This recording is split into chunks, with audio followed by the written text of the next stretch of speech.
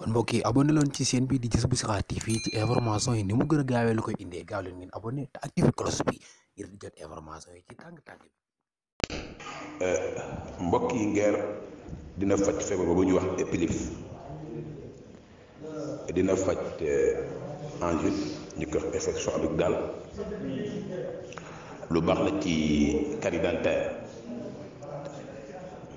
di mën a joxe mooy ba ñuy bënn wala ba ñuy yàqu mais aussi lu baax la ci asthénie sexuelle lu baax la ci feebaru soj bronchite rawat na ñu amee asthme mais aussi lu baax la ci feebaru dënn yi moom ngeen dara mën ko ci bu nekk nag garab gu bari njariñ ki nga xam dafa amee feebaru xol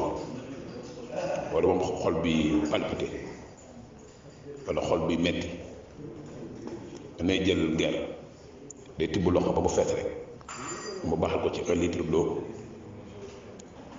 su ndox bi baxee rek mu def ci ngeer bi bàyyi ko 5 minutes mu teggi ko mu di ci naan matin midi soir demi kaas verre waaye suba daf koy sukkare kuddu lem bu ndaw loolu ku koy jël te amee feebaru xol incha allah lu gaaw la ci saafara ko ngeer dina faj asma moom ngeer su boobaa da ngay jël tibb sa loxo ci ngeer da nga koy boole xottu biteel xobu xottu biteel